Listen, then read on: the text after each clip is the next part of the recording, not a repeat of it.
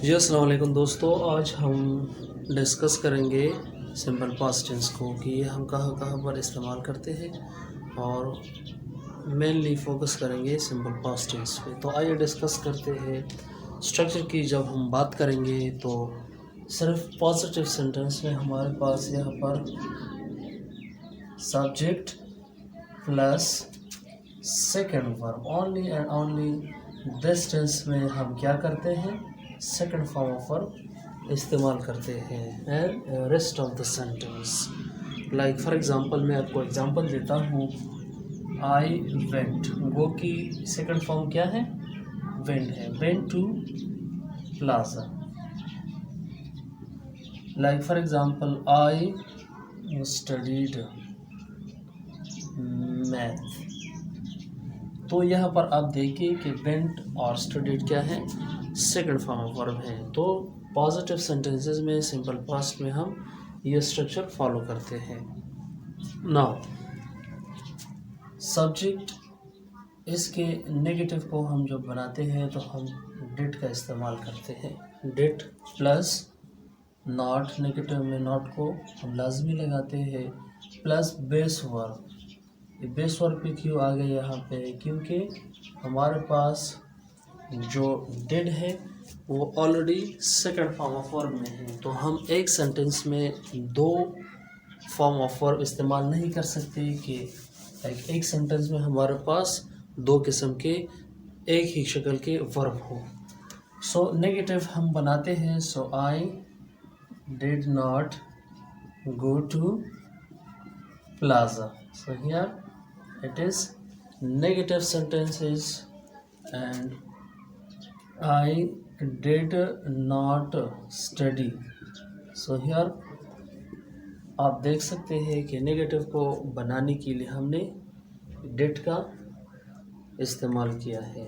तो ब्रस यहाँ पर आप देखिए कि बेस वर्ब आया है, did ऑलरेडी do की सेकंड फॉर्म है, लाइक did डू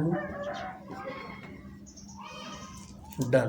तो ये तीन फॉर्म हो गए। सो डिड क्या है, सेकंड फॉर्म वर्ब है, तो यहाँ स्ट्रक्चर में भी सेकंड फॉर्म आ गया। अब हम पर डिड जो है वो ऑलरेडी सेकंड फॉर्म वर्ब में है। अगर हम क्वेश्चन स्ट्रक्चर बनाते हैं तो डिड सब्जेक्ट से पहले आएगा। अब सब्जेक्ट है, बेस वर्ब हमारे पास आएगा, plus rest of the sentence and last में हमारे पास क्वेश्चन मार्क आएगा। तो ये स्ट्रक्चर है। उम्मीद है आपको स्ट्रक्चर में कोई मसला ना होगा। अब उसकी मेन डेफिनेशन की तरफ आते हैं कि सिंपल पास्ट को हम कहाँ पर इस्तेमाल करते हैं। तो ये मैं आपके सामने तीन डायग्राम, एक डायग्राम की शक्ल बना रहा हूँ। ये मेरे पास क्या है, प्रेजेंट है। ये फॉर एग्जांपल फ्यूचर है, ये भी पास्ट है और ये भी पास्ट है। तो फॉर एग्जांपल इसमें, इस डायग्राम में मैं आपको किस तरह समझा सकता हूँ कि सिंपल पास्ट की डेफिनेशन को हम कैसे करें। तो ब्रस, एक एक्शन शुरू हुआ है पास्ट में, एक अमल जो है पास्ट में शुरू हुआ है और पास्ट में ख़त्म हुआ है। किस टाइम पे, एग्जैक्ट टाइम पे। तो फॉर एग्ज़ाम्पल एक एक्शन जो है ये कल है, परसों जो हम कहते हैं, 10 बजे शुरू हुआ था और कल ही 4 बजे इसका अख्ताम हुआ है, 4 बजे ख़त्म हुआ है। तो ये एक्शन जो है 10 बजे जो है, 10 बजे जो है शुरू हुआ था और 4 बजे कल ख़त्म हुआ था। तो एग्जैक्ट टाइम में हमारे पास ये एक्शन जो है क्या है, फिनिश हुआ है। और अब ये प्रेजेंट है, इसका मतलब है कि प्रेजेंट से इस एक्शन का कोई लेना देना नहीं है। तो यहाँ पर जो एक्शन है वो पास्ट में शुरू हुआ था, पास्ट में कंप्लीट हुआ था। तो इस तरह के टेंसेस को और इस तरह के एक्शन को जब हम लिखते हैं और जब हम कहते हैं कि एक ऐसा एक्शन जो पास्ट में शुरू हुआ था और पास्ट में ख़त्म हुआ था, किस टाइम, एक एग्जैक्ट टाइम में, तो इसकी एग्जांपल कैसे बनेगी। आप अगर एग्जाम्पल पे फोकस करेंगे कि आई स्टडीड इंग्लिश यस्टरडे, तो इसका मतलब है कि एक एग्जैक्ट टाइम पे पास्ट पे, फॉर एग्जांपल मैंने 8 बजे इंग्लिश स्टार्ट किया था और 10 बजे ख़त्म किया है, तो इसका मतलब है कि 8 से 10 के दरमियान जो एक्शन था वो एग्जैक्ट टाइम पे था पास्ट में, और फिनिश भी हो गया है पास्ट में, ख़त्म भी हो गया है। तो उम्मीद है कि इस टेंस में आपको कोई मसला नहीं होगा। पॉजिटिव सेंटेंसेस की मैं बात कर रहा हूँ। 2-3 एग्जांपल और लिखते हैं ताकि आपको कोई कन्फ्यूजन ना हो।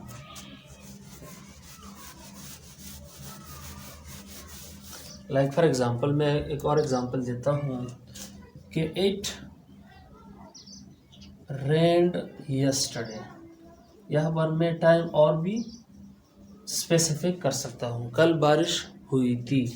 एट किस बजे? Eight 10 o'clock।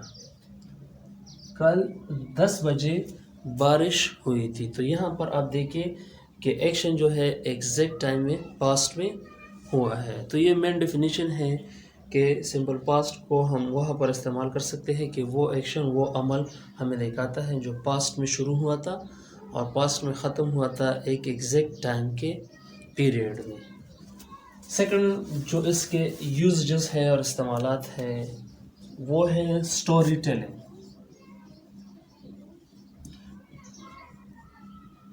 जब हम किसी को स्टोरी बयान करते हैं, जब हम किसी को स्टोरी लिख के देते हैं, जब हम कोई इवेंट के बारे में बात करते हैं, लाइक वो चाहे स्टोरी हो गया, वो चाहे रिटन कोई एविडेंस हो गए, वो चाहे कोई इवेंट हो गया, इसके बारे में जब हम बात करते हैं तो हम कौन सा टेंस इस्तेमाल करते हैं?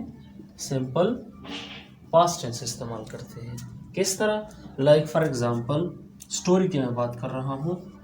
Once upon a time there was a farmer who lived. तो यहाँ पर आप देखिए ये लिव्ड क्या है? सेकंड फॉर्म वर्ब है। इससे आप शुरू हो जाए तो आपकी स्टोरी शुरू हो जाती है। तो 3 चीज़ें यहाँ पर मैंने डिस्कस की कि जब हम स्टोरी टेलिंग करते हैं, रिटन कोई एविडेंस किसी को देते हैं और कोई इवेंट जो पास्ट में हुआ है उसको डिस्क्राइब करते हैं, उसको डिस्कस करते हैं, तो हम कौन सा टेंस इस्तेमाल करेंगे? Simple past.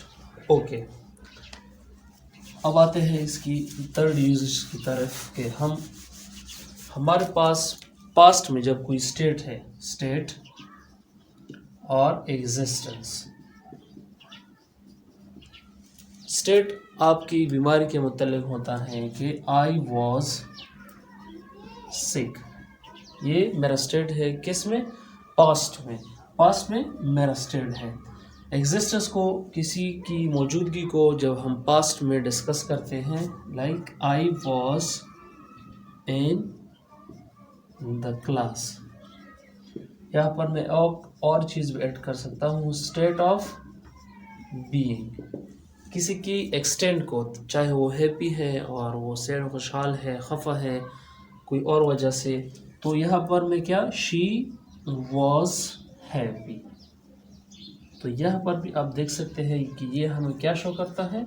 State of being show करता है कि पास्ट में वो हैप्पी थी। तो थर्ड इस्तेमाल इसका ये है कि जब हम पास्ट में स्टेट को ज़ाहिर करते हैं, एग्जिस्टेंस, मौजूदगी, और स्टेट ऑफ बीइंग किसी की खुशहाली या खफा होने को ज़ाहिर करते हैं। तो स्टेट हमारे पास किस को कहते हैं? हालत को कहते हैं कि हमारे पास इसकी पास्ट में क्या हालत थी। तो उम्मीद है कि आपको इस टेंस में कोई मसला ना होगा। ये मेनली इन 3 चीज़ों पे इस्तेमाल होती है कि जब हम फोकस करते हैं कि एक ऐसा एक्शन जो पास्ट में शुरू हुआ है, पास्ट में ख़त्म हुआ है एक एग्जैक्ट टाइम में। दूसरे, हम जब किसी को इवेंट में बताते हैं, किसी को इवेंट बताते हैं, किसी को स्टोरी बताते हैं, तो हम कौन सा टेंस इस्तेमाल करेंगे? Simple past tense. अब जब हम किसी को state, existence, state of being बयान करते हैं, तो हम कौन सा टेंस इस्तेमाल करेंगे, यही सिंपल पास्ट टेंस। तो आइए अब कुछ एग्जांपल्स की तरफ जाते हैं कि फॉर एग्जांपल मैंने लेक्चर शुरू किया है, तो यहाँ पर मैं क्या करूँगा, पास्ट में एक एक्शन एग्जैक्ट टाइम पे स्टार्ट हुआ, एग्जैक्ट टाइम पे ख़त्म हुआ है। I finished my lecture. हाँ, यहाँ पर हम टाइम भी मेंशन कर सकते हैं, लाइक 1 आवर एगो, 1 घंटा पहले। इसका मतलब है कि पास्ट में एक्शन हुआ था, पास्ट में ख़त्म हुआ था। She played cricket when 30 minutes ago, 30 minute पहले वो क्रिकेट खेल चुकी थी। तो यहाँ पर भी आप देख सकते हैं कि वही स्ट्रक्चर है, सेकंड फॉर्म फर्म है, सेकंड फॉर्म और फर्फ है। नेगेटिव में हम डेट इस्तेमाल करते हैं और इंटरोगेटिव में सवाल जुमले में डेट को सब्जेक्ट से पहले ले आते हैं। एक और एग्जांपल मैं आपको देता हूँ कि दे रोट अ लेटर। तो यहाँ पर भी हम यही एग्जांपल भी लिख सकते हैं और इसके साथ जब हम टाइम को मेंशन करते हैं तो वी राइट है yesterday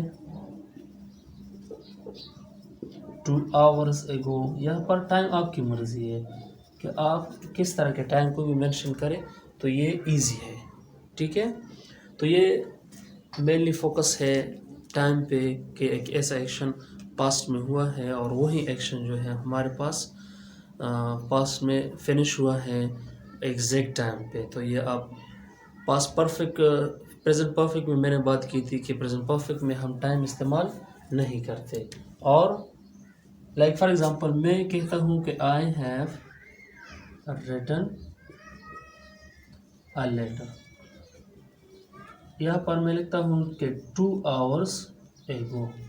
तो ये सेंटेंस क्या है, ये सेंटेंस गलत है क्योंकि प्रेजेंट परफेक्ट में हम टाइम मेंशन नहीं करते। अगर हम आप चाहें तो टाइम मेंशन करें, लेकिन किस टेंस में, सिंपल पास्ट टेंस में। तो यहाँ पर मैं क्या लूँगा, I wrote a letter 2 hours ago।